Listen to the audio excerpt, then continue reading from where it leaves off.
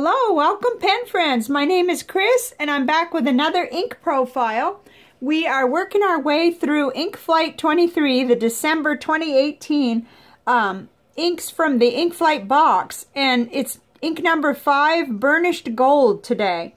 So if you're just tuning in, these inks were created especially by Ink Journal for the Ink Flight box, and that's a subscription that we get. I get the full box with the pen goodies and the 7 samples for $25 a month. And so let's dive right in. Let's explore this ink a little closer. Starting with a little bath test, which has been really helpful with this Ink Flight, I think. We're just going to let it go in there while we talk. Excuse me, if I can talk. I find that gas furnace really dries my sinuses out. Okay, so here's the result from the last bath test, which was that blue, which was Snowmageddon.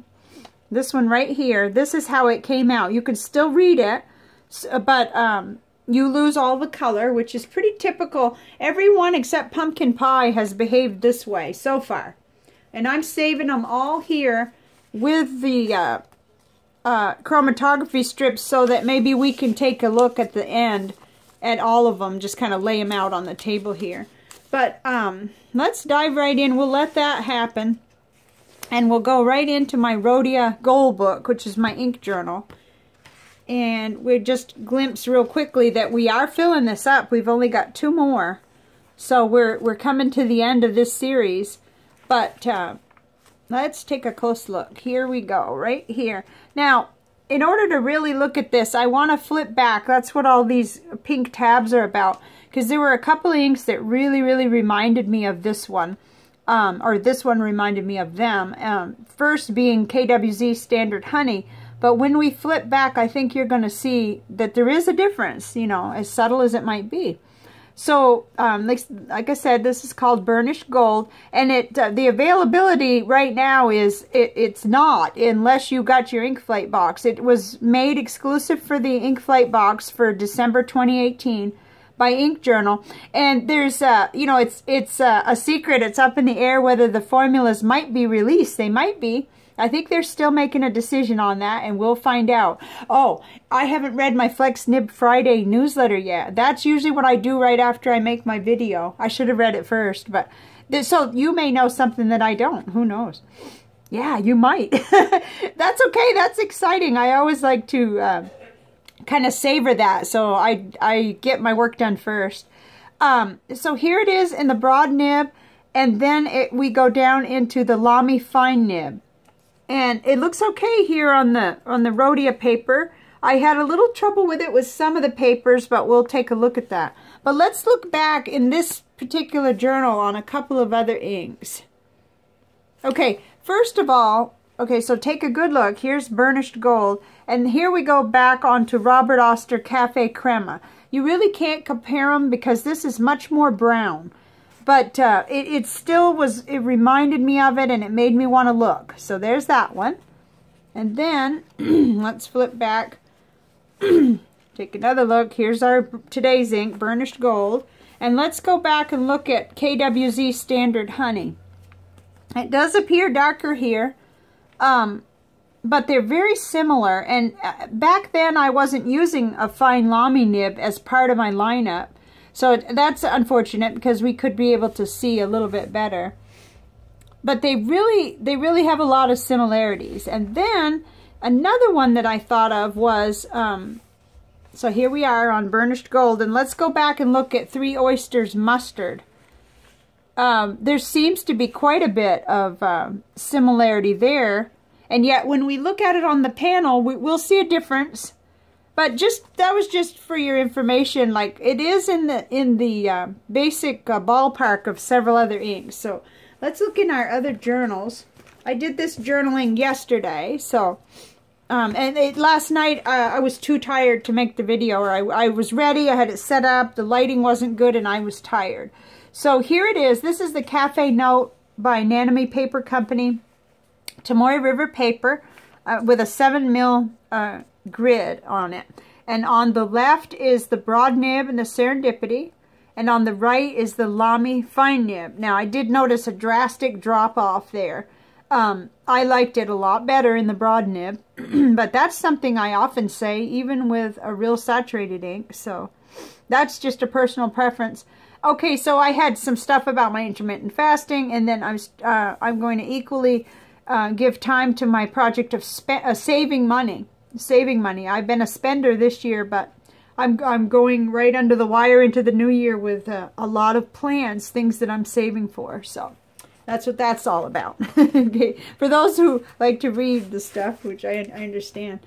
Okay, here's the Nemesine notebook, and I did get a nice swatch onto here, which really shows off the ink, I think.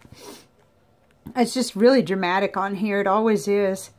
And this was written with the glass nib Moonman Mini glass nib pen. For those who are just tuning in, this is a new toy that I got, that I ordered from eBay from China. And it is quite fun to play with. It wasn't quite as good of a writing experience. It was more scratchy with this ink than it was with some of the others. It was much easier to write with the Sugar Plum, and also I'm thinking about that Ferris wheel ink that was just a dreamboat with this.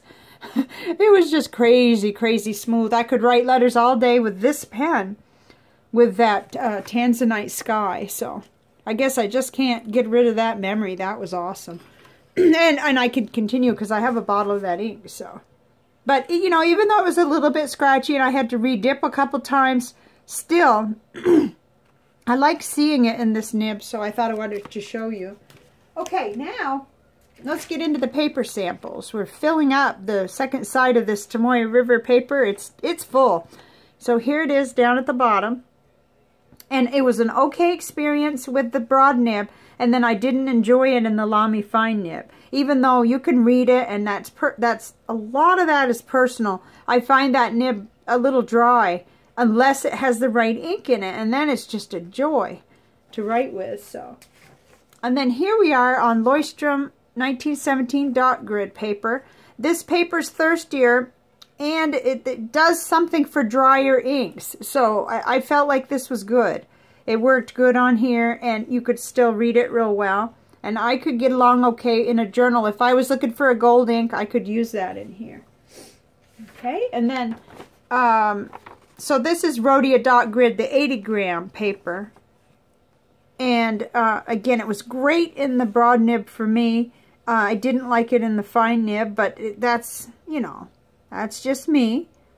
There was no dragging or skipping or anything like that. It was fine. But okay, and here it is on Clairefontaine 90 gram French ruled paper. And this is mostly so you can just see the color. It did maintain its color fairly well. I mean, it's not like it, like pumpkin pie just kind of faded out a little. It was a drastic, I don't see quite as drastic a change when I went from the broad nib to the fine nib here. But I didn't prefer it. No surprise there, right? Okay, so here is Office Depot College ruled paper. And this is another thirsty paper that kind of, it's a booster for color and for helping if things seem, if the nib or the ink is dry, either one or both is in the case for this one. I liked it in the broad nib, and there it is in the fine nib. So, okay, so now let's peek in on this, and then we're going to look at our panel, because I've got quite a few inks that sort of compare. So this is going to wind up being like all of the others except for pumpkin pie. Pumpkin pie took a vanishing act, so it was a normal, very, you know, soluble ink. I guess that's the right word. I'm not sure. Okay. Here's our panel for today, and I got a little explanation. It is one that I did just for this, but I had trouble, and I still can't figure out, maybe I didn't swirl the ink sample around enough, but if you look under here, look at that. The Three Oysters Mustard was, and I did not remember it that dark, so I went back and I cut out one of the old ones. I've got to revisit that and find out what's going on, but I believe this is more representation of what that ink looks like.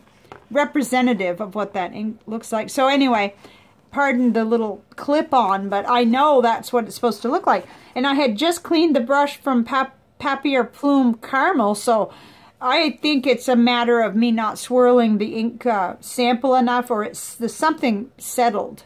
Anyway, we won't get hung up on that. I do believe this is what it looks like, and I've seen it in a nib. So, but here we are with Holiday Blend, Ink Journal's Holiday Blend Burnished Gold. And I did feel like KWZ Standard Honey was my closest comparison. And then upon seeing them in the nibs, this looked browner, and Three Oysters Mustard did look the most similar to me. Well, I say browner. It was Cafe Crema that's browner. But KWZ Standard Honey was somehow brighter by just a little, and just more warm. The color was more warm. Maybe that's the correct term. It had a lot in common shade-wise with this Diatramentus Pearlescent Whiskey Copper.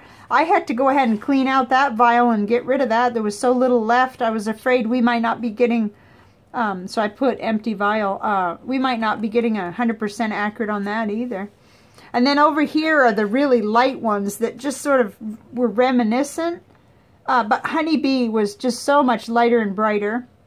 Same thing with caramel here on the end. And I don't know what possessed me to put this on. J. Arbonne Coraline d'Egypte Shimmer Ink. That's orange. Clearly that's orange. But once you put the paintbrush down there, you're committed. So anyway, I mean, I could always tape over, but I had nothing else that was in the family of color. So hopefully this helps. And let's take a peek in at what happened on the visual journal.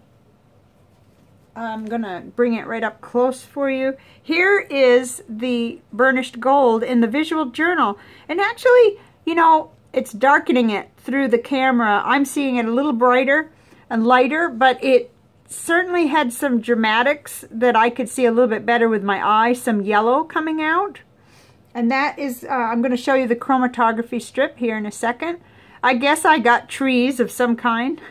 It's funny how this looks pencil right here, but it isn't. That was actually right out of the Lamy Fine nib.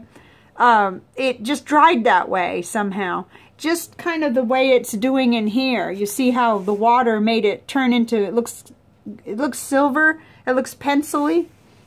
If that's not a word, but anyway. Okay, so I did have fun with this. It's very subtle compared to some of the others. I did splash onto my other one, so darn it, I've got dots over here, but that's what an ink, or you know, a journal like this is not a piece of art. It's for practicing and playing around. Let's look back on the others. So the others in this group, the pumpkin in the left-hand corner there, and the Douglas fir and the sugar plum are here. And then we moved over to Snowmageddon and this one. So that pretty much covers it for today for this ink. And then I want to talk real quickly about what's next.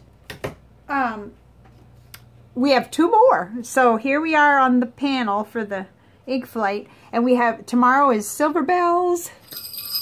Silver bells!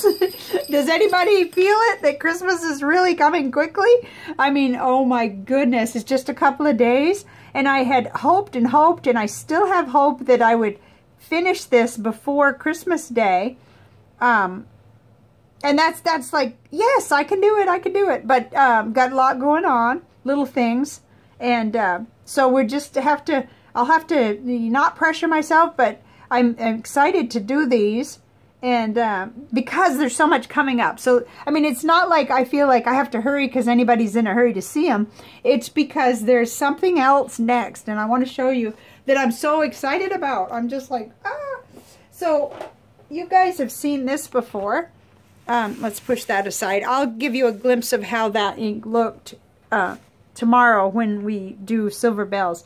But this is just a messy little basket. This is where the new samples go when they first come into my house, and I want to swatch them up, and I want to also be aware that these are new. They're not in the leftovers from inks that I haven't profiled yet, but they just came in just within the last couple of weeks or days, and I had the most amazing gift from pen friend Manda. She sent me the other 2 samples of the Ferris wheel press inks. There were 3 inks released, and I already reviewed for you the Tanzanite Sky, but she sent me the little vial of the, it's a generous sample of the Bluegrass Velvet and the Candy Marsala. So I'll be able to do these 2 as well. And, you know, while they're just finishing their Kickstarter, people have just gotten their inks, then, you know, it can give us an idea of, and I already could see that I really love this one, and I wondered, why didn't I order this one? I know it was very close, and probably I felt like I had this blue covered, but oh, it is gorgeous. And knowing the properties of this ink now, I can clearly see, despite my savings plan, I can see saving for a while for this, you know. But I'll have to really think about it, because I've got my trip, and I'm not saying that I'm on a no spend at all, but I'm on a very reduced. There's no reason for me to buy ink when I have so much, and I have so many I want to review. She also sent me Robert Oster Deep Purple, so that goes also into our future casting that we can do profiles on. And in here are some others too. Pen friend Banu sent me 3 of the J.R. Bond ones. I think I've already showed you, but these are exciting inks, and they're these got a little mixed up. I try to keep them together, and I know from this pen friend from Indiana, I know about the lids are always yellow that he sends, and you know, I like to be able to keep straight what's happening, and it can get a little technically difficult, but anyway, that's coming up. So exciting news, because to be able to profile these 2 and get to know them on a sample level, there isn't any way to order samples yet. So here we are, and thank you very much, Manda and Banu and my friend in Indiana, and all of you who have sent beautiful things. I actually, it's been hard to keep up with thank you cards and things like that, but I'm working on it, and I take advantage of any electronic email addresses I do have for my friends, in thanking them first before I can sit down to do an actual letter, which I love to write letters. So anyway, you could see that I'm not trying to rush through this ink flight, but there are some really amazing fun things to do next. And that's the reason. So I'll be back soon with Silver Bells, and have a very Merry Christmas weekend, last weekend before Christmas, okay? I'll see you next time. Bye.